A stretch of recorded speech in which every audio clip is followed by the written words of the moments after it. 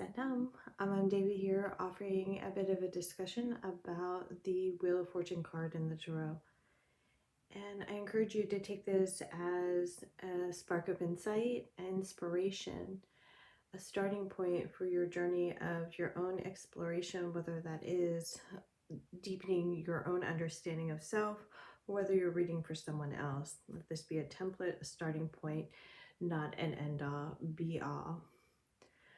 So looking at the Wheel of Fortune card, we're looking at the Rider-Waite deck, the Pegan Otherworlds, and the Starseed deck. Also have a reading from Edgar Cayce that we'll take a look at, and hopefully I read that without butchering it too much. And a few things were really coming through with this card, and the idea of the soul's journey. And so when there is a spread, looking at the other cards in the spread, so a relative look of what's happening. And it's also about choice and change. In this moment, given these energies, what is playing out? What is the move for the greater good? And what is the pattern response? It's about, the Wheel of Fortune is about the soul's journey, something higher than the ego's mind playing out, the more than the human experience, and yet it is through the human experience through which it plays out. They're also giving me to pay attention to the, there's verse in astrology and might have more to say on this, but they give me the word eclipse and alignment. So paying attention to the planetary alignments, not as an end-all be-all, as in governing the choices, rather no different than we check the weather to know how we get dressed. So it's preparing. And the other thing they were giving me was this idea that the planetary alignments were kind of like the ELC, or not ELC, oh my gosh, it's something else. What is it? What is the current in Nemo with Crush, the turtle, where they ride the current and that takes Nemo's dad further, right? And he didn't even know that he was already in the flow. So if your soul's already calling, you're already part of the flow. It's like taking advantage of the collective energies, the energies at play, the divine timing of your soul's alignment. And your job is to get ready through your self-care, your self-awareness, and continuing to open to the channels with that higher calling, with the true intention beyond the ego's mind playing out. So a few questions came to mind with the Wheel of Fortune, either to journal or reflect for yourself, or perhaps ask someone else if you're reading for them. What are you choosing for yourself? So when, like a wheel, there's a circle, we have a choice. Do we go right? Do we go left? Do we take the freeway? Do we take the back way? So what are you choosing? What is the person you are reading for choosing? What are you allowing? And when it comes to starseeds, empaths, and those that have this heightened awareness, sometimes we can look at our partners, we can look at our friends and understand where they're coming from. And when it comes to our parents, I believe that that's important, because then we can bring that forgiveness to them, right? And that's part of our lesson, but it doesn't mean it's okay. And so what are you allowing for yourself, and what will you protect yourself, and what will you clear, if that makes sense? Are you perpetuating patterns? And so are you pouring another drink? Are you allowing someone to continue to abuse, misuse, or will you stand your ground and make a change based on intuitive insight? And one of the things, as far as patterns playing out, especially with star seeds, brought to, think of a starseed as like this ray of light just brought to the darkness on the planet, right? Not that the planet is all darkness, so there's, you know, a spectrum of color and experience and the human makeup, right? Think of a starseed as shining a light, kind of like a flashlight, that red pill, right? And so when the red pill is presented in a community, in a connection, in a family, they mirror back. And so just like the sun on a mirror shines light that can be so bright that it's uncomfortable, right? Or it's so bright that it makes you turn away and turn in. And so how are you being implanted in this divine cosmic matrix to mirror back light? In which case the person that feels that discomfort only feels their shadow, because not because you've done something wrong, rather because you brought light to the situation. You called it out, maybe not from actually speaking it, although it could be, but more from your energetics. It's like part of the matrix, it's part of a divine cosmic order. One question I think is very important that they gave is, are you willing to put in the effort to alleviate your own suffering? And so will you choose the codependent pattern? Will you choose the abuse? Will you choose the light? Will you hide in the darkness? And we have a choice. And so when the Wheel of Fortune card presents itself, there is choice. And to me, it feels like the divine is behind you to roll the dice in your favor when it is shown in a spread. And then you look at all the other cards around to find the context for which the intuitive, the deeper calling is presenting itself.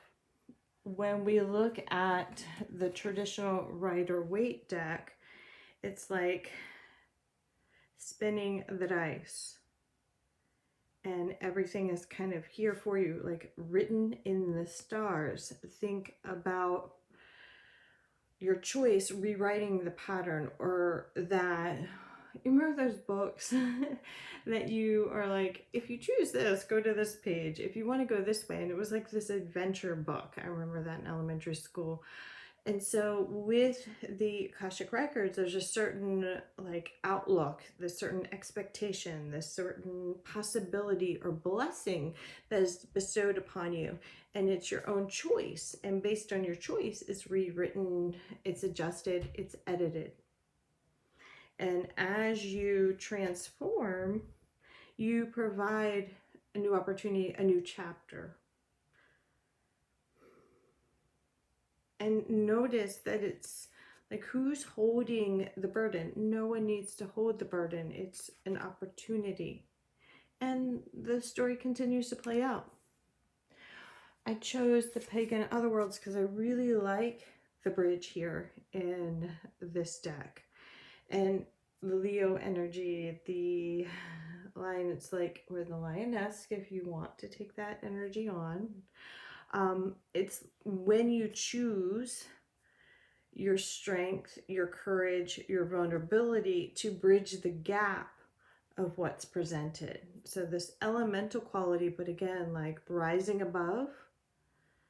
My daughter recently did a post and she mentioned something about like burning bridges so we can create them together. And it's about creating this harmonious peace, and it could be within the parts within, the strength within, making peace with the past and bridging the gap to what's possible in the future. I pulled this card out. All these cards are just, I pulled by hand, is kind of like this quantum physics, kind of like, you know, people have asked me about crystals. Do you really believe they do this and that? Okay, well, let's look at the chart of the elements. Atoms spin. There's an energy, there's a movement, and yet our human experience only shows us that this is a table that's solid, right? And yet, if we break it down scientifically, which is what we claim to be the end all be all, there is movement, there is energy, there is something we can't quite explain, and yet we can distill it down. Think of macrocosm and microcosm. Did I get that right? Big and little, cellular versus cosmic, the star versus the little parts within our human form. And they're all working together, right? The tides in the change in season, the moons, cycles within the female's body, whatever it is, looking at those cycles and respecting those cycles, perhaps finding deeper meaning in them, and then perhaps pulling back to see the bigger picture rather than diving in the rabbit hole. When is it time to adjust the lens to see the bigger picture? When is it time to put the macro lens in and really dive in a little deeper? And the Wheel of Fortune card shows us all of that. What adjustments need to be made? What adjustments need to be made? And I pulled this out. I believe this stone is about intuitive insight. And what if those intuitive insights are about bridging the gap from the past to the present, from the inside out, from the cellular to the cosmic? Okay. Let's take a look at one of the Edgar Cayce readings. Hopefully I don't butcher it too much. So we're going to be looking at 276-7. That's on page 152 in Reincarnation and Karma. Okay, so karma, before I get into that, the Wheel of Fortune is like making that choice to continue to hold the load, like 10 of Wands energy or 10 of Swords, surrender and trust. It's like clean it up versus carry it. And someone recently, like, I feel like a lot of my readings are like clear to allow in the new. Well, our soul needs to do the cleaning and healing. No different than we have to continue to do the laundry. We have to continue to wash the dishes. And that work brings blessings, whether that is you're proud of your own home, you're going to let someone in the door. It's not just about let me clean up because company's coming over, but because you respect yourself and you want to provide the environment for yourself. So who are you allowing in your energetic sphere? What thoughts are you letting into your mind? What behaviors are you allowing? What behaviors are you saying no mas to? Okay, so I do hope this served well, and I will do my best to read through this and share with you.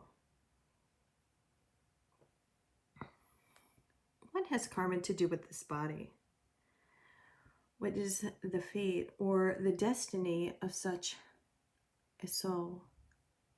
Has it already been determined as if what it may do or be, or for the best, or for the very best? Or has it been so set that the activities and the influences and the environs and hereditary forces are to alter? Think of predisposed factors when it comes to the health, for example. These indeed are worthy questions in the light that which has been given. If there is any virtue or truth in those things have given the spiritual or Christian or Jehovah God faith, his laws are immutable. What laws are immutable? If truth and God himself is a growing thing, yet and ever changeable and yet ever the same, yesterday and today and forever. These things, these words, to many minds become contradictory, but they are in inception not contradictory. For truth, life, light, immortality are only words that give expression to or convey the concept one and the same thing. Hence, destiny is as I can't even say the words, I'm so sorry. What you sow, you shall reap. And like begets like. And the first law of nature, which is the material manifestation of spiritual law in a physical world, is self-propagation, which means that if it seeks self-preservation and activity of the same law that brought the thought of man or the spirit of man into existence, companionship. What then is karma and what is destiny? What is the soul done in the spiritual, the material, the cosmic world, or consciousness? Respecting the knowledge or awareness of the laws being in effect in his experience, whether in earth, in the air, in the heaven, or in hell, these are ever one. For well has it been said, though I take the wings of the morning and fly unto the utmost parts of the heavens, thou art there. Thou, I make my bed in hell, thou art there. Thou, I go to the utmost parts of the earth, thou art there. True life, God. Then that which is cosmic or destiny or karma depends upon the soul, on what the soul has done about that it has become aware of.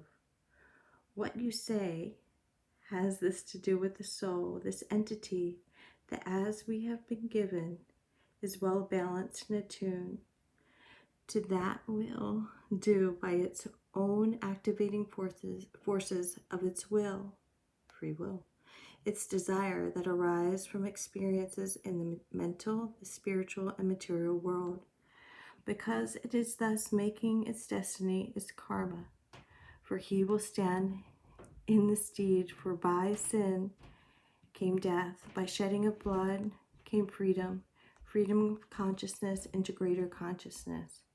So in his promises do we live and move, have our being. Be patient, but know much may be done. I do hope this served well, sending lots of love and light on your journey. Set now.